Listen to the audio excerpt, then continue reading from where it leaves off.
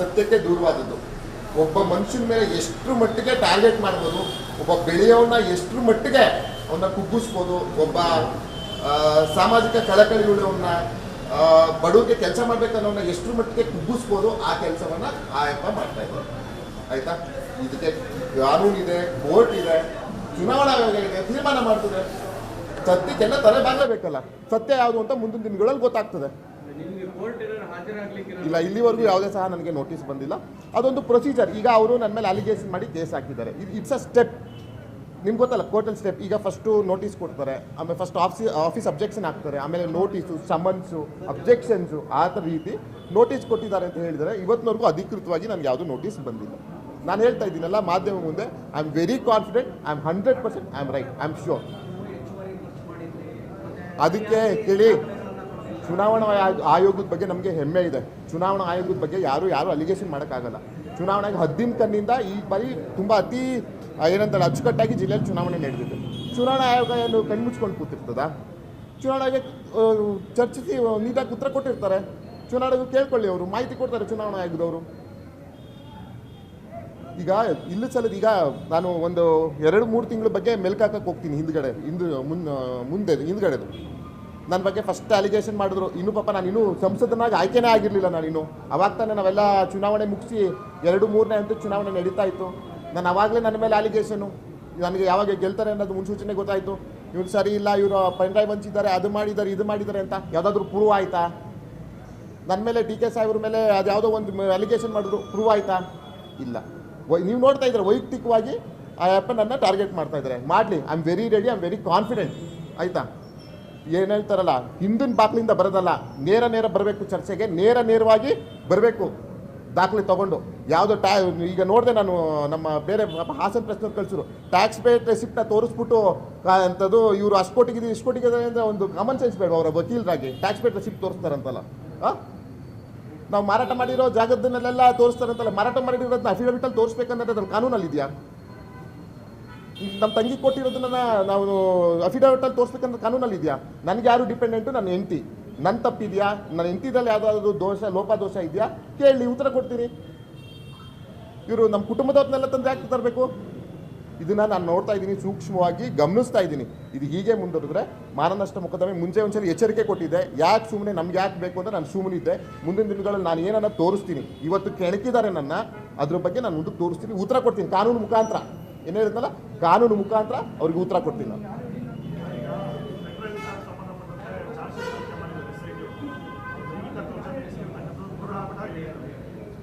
ಈಗ ಅದು ತನಿಖೆ ಮಾಡ್ತಾರೆ, ತನಿಖೆ ಅಂತ ಈಗೇನು ಚಾರ್ಜ್ ಶೀಟ್ ಮಾಡಿದೆ ಅಂತ ನಾನು ಸಹ ಮಾಧ್ಯಮ ಮುಖಾಂತರ ನೋಡಿದೆ. ಅದು ಒಂದು ಇನ್ವೆಸ್ಟಿಗೇಷನ್ ಪ್ರೋಸೆಸ್ಸು. ಈಗ ವಿಚಾರಣೆ ಆಯಿತು, ಈಗ ಚಾರ್ಜ್ ಶೀಟ್ ಮಾಡಿದ್ದಾರೆ. ಅದ್ರ ಬಗ್ಗೆ ನಾನೇನು ವ್ಯಕ್ತಿಗತವಾಗಿ ಇದ್ರ ಮಾಡೋಕ್ಕೆ ನನಗೆ ಇಷ್ಟ ಇಲ್ಲ. ಕಾನೂನಿದೆ, ಕಾನೂನಲ್ಲಿ ಯಾರೇ ತಪ್ಪು ಮಾಡಿದ್ರು ತಲೆ ಬಾಗಬೇಕಾಗ್ತದೆ. ನಾನಾಗಿರಲಿ, ಇನ್ನೊಬ್ಬರಾಗಿರಲಿ ಅಲ್ಲ. ಸತ್ಯಕ್ಕೆ ದೂರವಾದದ್ದು. ಒಬ್ಬ ಮನುಷ್ಯನ ಮೇಲೆ ಎಷ್ಟು ಮಟ್ಟಿಗೆ ಟಾರ್ಗೆಟ್ ಮಾಡ್ಬೋದು, ಒಬ್ಬ ಬೆಳೆಯೋನ್ನ ಎಷ್ಟು ಮಟ್ಟಿಗೆ ಅವನ್ನ ಕುಗ್ಗಿಸ್ಬೋದು, ಒಬ್ಬ ಸಾಮಾಜಿಕ ಕಳಕಳಿಗಳನ್ನ ಬಡವರಿಗೆ ಕೆಲಸ ಮಾಡ್ಬೇಕನ್ನೋನ್ನ ಎಷ್ಟು ಮಟ್ಟಿಗೆ ಕುಗ್ಗಿಸ್ಬೋದು, ಆ ಕೆಲಸವನ್ನ ಆಯಪ್ಪ ಮಾಡ್ತಾ ಇದ್ದಾರೆ. ಆಯ್ತಾ? ಇದಕ್ಕೆ ಕಾನೂನಿದೆ, ಕೋರ್ಟ್ ಇದೆ, ಚುನಾವಣಾ ಆಯೋಗ ಇದೆ, ತೀರ್ಮಾನ ಮಾಡ್ತದೆ. ಸತ್ಯಕ್ಕೆಲ್ಲ ತಲೆ ಬಾಗಲೇಬೇಕಲ್ಲ. ಸತ್ಯ ಯಾವುದು ಅಂತ ಮುಂದಿನ ದಿನಗಳಲ್ಲಿ ಗೊತ್ತಾಗ್ತದೆ. ಇಲ್ಲ, ಇಲ್ಲಿವರೆಗೂ ಯಾವುದೇ ಸಹ ನನಗೆ ನೋಟಿಸ್ ಬಂದಿಲ್ಲ. ಅದೊಂದು ಪ್ರೊಸೀಜರ್. ಈಗ ಅವರು ನನ್ನ ಮೇಲೆ ಅಲಿಗೇಷನ್ ಮಾಡಿ ಕೇಸ್ ಹಾಕಿದ್ದಾರೆ. It's a step. ನಿಮ್ಗೆ ಗೊತ್ತಲ್ಲ ಕೋರ್ಟಲ್ ಸ್ಟೆಪ್. ಈಗ ಫಸ್ಟು ನೋಟಿಸ್ ಕೊಡ್ತಾರೆ, ಆಮೇಲೆ ಫಸ್ಟ್ ಆಫೀಸ್ ಅಬ್ಜೆಕ್ಷನ್ ಹಾಕ್ತಾರೆ, ಆಮೇಲೆ ನೋಟಿಸು, ಸಮನ್ಸು, ಅಬ್ಜೆಕ್ಷನ್ಸು, ಆ ಥರ ರೀತಿ ನೋಟಿಸ್ ಕೊಟ್ಟಿದ್ದಾರೆ ಅಂತ ಹೇಳಿದರೆ ಇವತ್ತಿನವರೆಗೂ ಅಧಿಕೃತವಾಗಿ ನನಗೆ ಯಾವುದೂ ನೋಟಿಸ್ ಬಂದಿಲ್ಲ. ನಾನು ಹೇಳ್ತಾ ಇದ್ದೀನಲ್ಲ ಮಾಧ್ಯಮ ಮುಂದೆ, I am very confident, I am 100% I am right, I am sure. ಅದಕ್ಕೆ ಕೇಳಿ, ಚುನಾವಣಾ ಆಯೋಗದ ಬಗ್ಗೆ ನಮಗೆ ಹೆಮ್ಮೆ ಇದೆ. ಚುನಾವಣಾ ಆಯೋಗದ ಬಗ್ಗೆ ಯಾರು ಅಲಿಗೇಷನ್ ಮಾಡೋಕ್ಕಾಗಲ್ಲ. ಚುನಾವಣೆಗೆ ಹದ್ದಿನ ಕಣ್ಣಿಂದ ಈ ಬಾರಿ ತುಂಬ ಅತಿ ಏನಂತಾರೆ ಅಚ್ಚುಕಟ್ಟಾಗಿ ಜಿಲ್ಲೆಯಲ್ಲಿ ಚುನಾವಣೆ ನಡೆದಿದೆ. ಚುನಾವಣಾ ಆಯೋಗ ಏನು ಕಣ್ಮುಚ್ಕೊಂಡು ಕೂತಿರ್ತದ? ಚುನಾವಣೆಗೆ ಚರ್ಚಿಸಿ ನೀಟಾಗಿ ಉತ್ತರ ಕೊಟ್ಟಿರ್ತಾರೆ. ಚುನಾವಣೆಗೆ ಕೇಳ್ಕೊಳ್ಳಿ, ಅವರು ಮಾಹಿತಿ ಕೊಡ್ತಾರೆ ಚುನಾವಣಾ ಆಯೋಗದವರು. ಈಗ ಇಲ್ಲಿ ಸಲದ ಈಗ ನಾನು ಒಂದು 2-3 ತಿಂಗಳ ಬಗ್ಗೆ ಮೆಲ್ಕಾಕಕ್ಕೆ ಹೋಗ್ತೀನಿ ಹಿಂದ್ಗಡೆದು ನನ್ನ ಬಗ್ಗೆ ಫಸ್ಟ್ ಅಲಿಗೇಷನ್ ಮಾಡಿದ್ರು. ಇನ್ನೂ ಪಾಪ ನಾನು ಇನ್ನೂ ಸಂಸದನಾಗಿ ಆಯ್ಕೆನೇ ಆಗಿರಲಿಲ್ಲ. ನಾನಿನ್ನು ಅವಾಗ ತಾನೇ ನಾವೆಲ್ಲ ಚುನಾವಣೆ ಮುಗಿಸಿ 2-3ನೇ ಹಂತದ ಚುನಾವಣೆ ನಡೀತಾ ಇತ್ತು. ನಾನು ಅವಾಗಲೇ ನನ್ನ ಮೇಲೆ ಅಲಿಗೇಷನು, ನನಗೆ ಯಾವಾಗ ಗೆಲ್ತಾರೆ ಅನ್ನೋದು ಮುನ್ಸೂಚನೆ ಗೊತ್ತಾಯಿತು. ಇವ್ರು ಸರಿ ಇಲ್ಲ, ಇವರು ಪೆನ್ ಡ್ರೈವ್ ಹಂಚಿದ್ದಾರೆ, ಅದು ಮಾಡಿದ್ದಾರೆ, ಇದು ಮಾಡಿದ್ದಾರೆ ಅಂತ ಯಾವುದಾದ್ರೂ ಪ್ರೂವ್ ಆಯಿತಾ?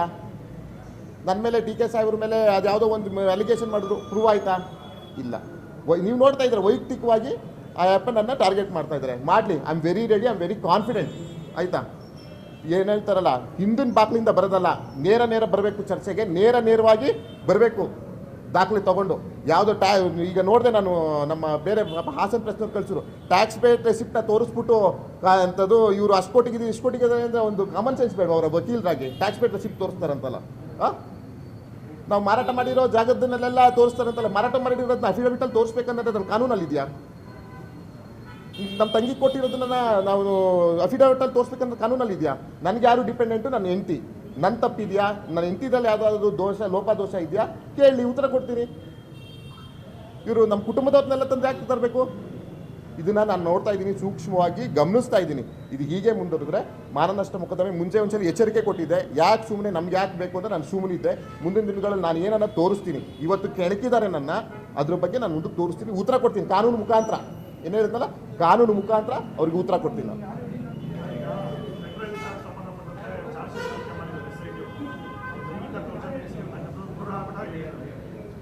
ಈಗ ಅದು ತನಿಖೆ ಮಾಡ್ತಾರೆ, ತನಿಖೆ ಅಂತ ಏನು ಚಾರ್ಜ್ ಶೀಟ್ ಮಾಡಿ ಅಂತ ನಾನು ಸಹ ಮಾಧ್ಯಮ ಮುಖಾಂತರ ನೋಡಿದೆ.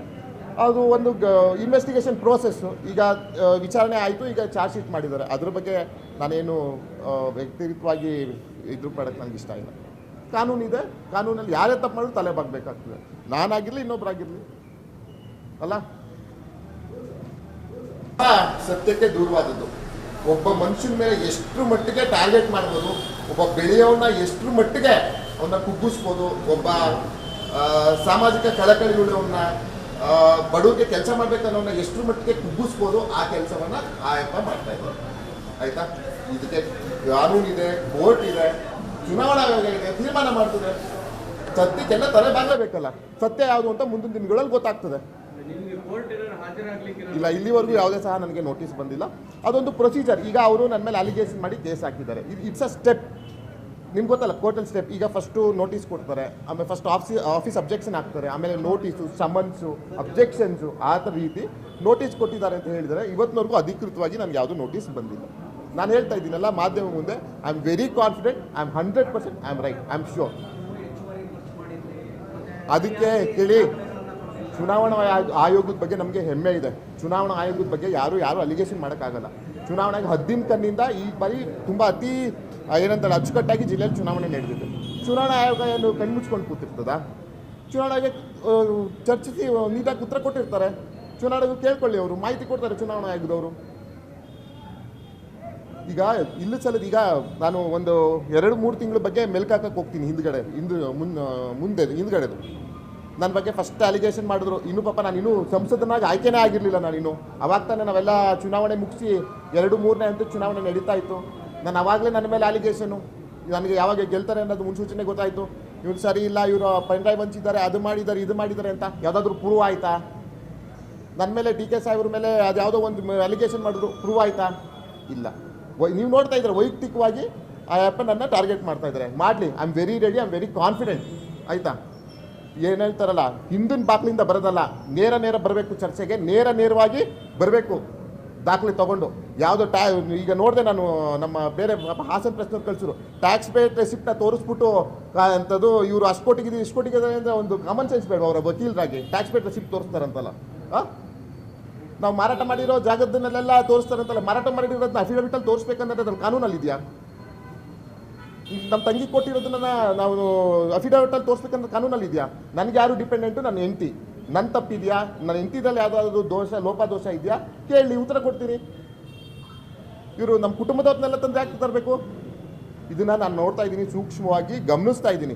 ಇದು ಹೀಗೆ ಮುಂದುವರೆದ್ರೆ ಮಾನನಷ್ಟ ಮೊಕದ್ದಮೆ ಮುಂಚೆ ಒಂದ್ಸಲ ಎಚ್ಚರಿಕೆ ಕೊಟ್ಟಿದ್ದೆ. ಯಾಕೆ ಸುಮ್ಮನೆ, ನಮ್ಗೆ ಯಾಕೆ ಬೇಕು ಅಂದರೆ ನಾನು ಸುಮ್ಮನಿದ್ದೆ. ಮುಂದಿನ ದಿನಗಳಲ್ಲಿ ನಾನು ಏನನ್ನ ತೋರಿಸ್ತೀನಿ. ಇವತ್ತು ಕೆಣಕಿದ್ದಾರೆ ನನ್ನ, ಅದ್ರ ಬಗ್ಗೆ ನಾನು ಮುಂದಕ್ಕೆ ತೋರಿಸ್ತೀನಿ, ಉತ್ತರ ಕೊಡ್ತೀನಿ ಕಾನೂನು ಮುಖಾಂತರ. ಏನು ಹೇಳಿದ್ನಲ್ಲ, ಕಾನೂನು ಮುಖಾಂತರ ಅವ್ರಿಗೆ ಉತ್ತರ ಕೊಡ್ತೀನಿ ನಾನು.